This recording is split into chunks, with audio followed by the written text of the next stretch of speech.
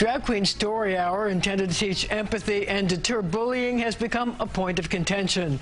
A top performer joins us to talk about how politics has entered the drag world. Then it's on to migrants and other city issues with a key voice in the city council. The Point starts right now.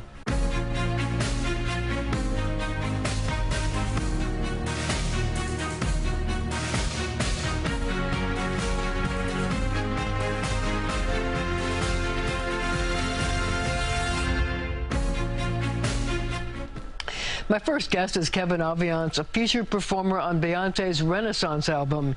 He's here to tell us how politics and hate have affected the drag community. Kevin, I can't tell you how excited I am to have you here today. Okay. And I want to talk about, first of all, Drag Queen Story Hour, which was supposed to help develop empathy and to stop the bullying of kids from the LGBTQ community, and also celebrate diversity. But I guess I wonder, what has the political spotlight, what has happened with the political spotlight, and why has it engendered so much hate and understanding? I don't understand where the hate comes from. I don't understand that part of it because I don't have that in my heart. But I see that other people are very upset about it, and I don't see what they're so upset about it because, you know, these my colleagues, the drag queens, they are doing something that I remember when I was young, they had a clown and it scared me. Okay, drag queens are not clowns. You know what I mean? They have this this thing about performing and animation and bringing something to life. So when it comes to the little children's book, which we love, you know, I don't know who doesn't love children's book. I can see why the kids love it so much. You know what I mean? And so then you have these people that don't like, you know, somebody reading to them. I don't understand. Are you reading to your child? Of course, everybody reads to their child. So what's wrong with it? I don't see what's wrong with it at all. So I just wonder, what has the controversy done to the drag community? Well, we live in a bubble here in New York. So, you know, from what I hear, you know, queens are they are not working. They're not doing their volunteer duties, you know what I mean? There are duties, you know, that they sign up for. Because they're afraid? Huh? Because they're afraid, because they're... I guess keeping themselves safe, if anything, you know what I mean? I mean, you know, all of this comes as a number of states are trying to push legislation to stop drag performances. Right. How do you feel about that? I just can't. It's ridiculous. It's like, you know, I've been all over this country, and it's one thing I can say: performing in this country has been one of the most beautiful things in my life. You know, going to all the states, you know, and performing, and you know, because somebody that's like you that's there wanting for you to perform for them, you know, and it's wonderful to know that the people are not allowing people to perform. It's just, I mean, that's just that. It's just like anybody that's not in their outfit, that's the sign birth. That's the problem. But if you could talk to these people, these lawmakers who are pushing these bills against your community, what would you say, and how would you try to convince them that what they're doing is wrong? I would say, do you smile? Do you have emotions? Do you cry? Do you have I think you need to watch a show, drag show.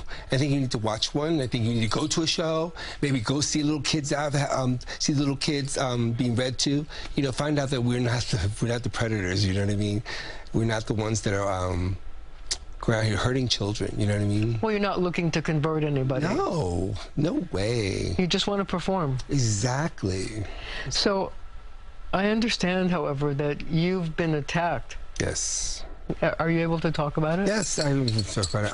When did it happen, and what happened to you? It was 2006, and I was on First Avenue and 14th Street, walking home, having a photo shoot, and these guys, the African-American guys, were talking to this Caucasian girl. They've been tagging, you know, bragging and stuff. And so I walked past them. And they said, "Oh, we're gonna do, you ain't Diesel's son." I was like, whatever. Just kept going. People say stuff to you all the time, you know. I just kept going. But someone told me to turn around. So I turned around. When I turned around, a bag went by my head, and another bag went by my head, then a paint can went by my head. I said, "Okay, 3 times you're out." You know, that's how it works. You know, keep it moving. No, we're gonna get you. Oh my God. And I was like this going, this doesn't sound right. Like, usually you can get yourself out of something like that, because, you know, I've had problems before, but this thing was not going away. It was not, Did they hurt you? Yeah, they did. They, 4 hairline fractures in my jaw. My mouth was wired shut for 3 months. You were hospitalized? Hospitalized. Had surgery right away. You're kidding? Yeah, had my jaw redone. Yeah. Because of this attack? Yeah, yes. If you could confront those attackers. I tried to. And they advised me that, you know, I never knew them. I did. And sometimes it's best to leave things alone. Did it make you think that maybe you should stop performing? I did stop performing.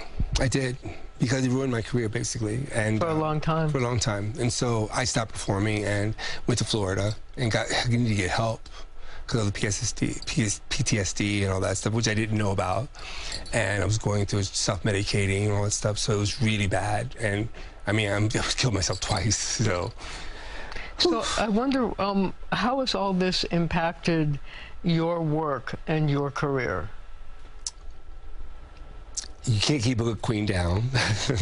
And, you know, I thought I could just put it aside and not worry about it anymore, because I have other skills I can do. But then what I realized is that you can't stop what's inside you. You know what I mean? You love what you do. You have to do it. You have to get yourself back on that pole again, so you do that dance. You know, so, you know, it's God. You know, that's what it is. It's total God. So what would you like to see happen with the government? I don't want to put religion into this at all, but I really think they need to look at the situation, because it looks ridiculous. I mean, it looks really, but they're also targeting LGBTQIA people, you know what I mean? So they're targeting my people and the girls. It's just bad, because we're going backwards. It's just bad. Like, we do not go backwards. Shouldn't we be sending a message of tolerance as opposed to hate? Yes, totally. We should be sending, but I don't know where these people, why they hate so much. What are they so angry about? What are they? I mean, literally, I want to know. I want to know, what are you so angry about? Tell me why you're so angry. Do you think that this is just something that's happened in the country because of COVID, because of the pandemic, or is it before that? It's Trump. Trump opened up that door for all these people, and I understand they didn't have a voice before and all that stuff, but you can't wipe out people. You can't just tell people that they can't exist or they can't be or whatever. It's like, we're all God's children. We're all here on this earth together, and you can't do that. You know, we're past those days, past those times, and you can't allow people to flourish. You can't allow the community to grow. You can't keep people down. Those things are awful.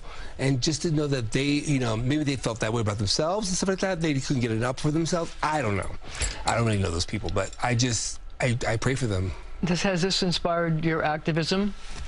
As much as I can, yes. Of course it has, you know. I mean, would you ever consider running for political office? Me? For political office? What would I run for? President? No. There's people out there that really have the skills to do it, you know. But we have about 30 seconds left, but what do you think that you can do to help engender tolerance? Just keep doing stuff like this, you know what I mean? And put my face out there and just to let people know that it's already all right. Everything's going to be okay, you know what I mean? And we have to do some work right now. That's what we have to do. All of us need to do work. You know, we can't do anything in these states. We can go visit these states and all that stuff. We can't do any of that. The people in the states, they have to vote. If they don't vote, then nothing can happen. You know what I mean? That's why they got in so easily. So we have to leave it right there for now, but our conversation continues right after the show on our streaming channel, CBS News New York.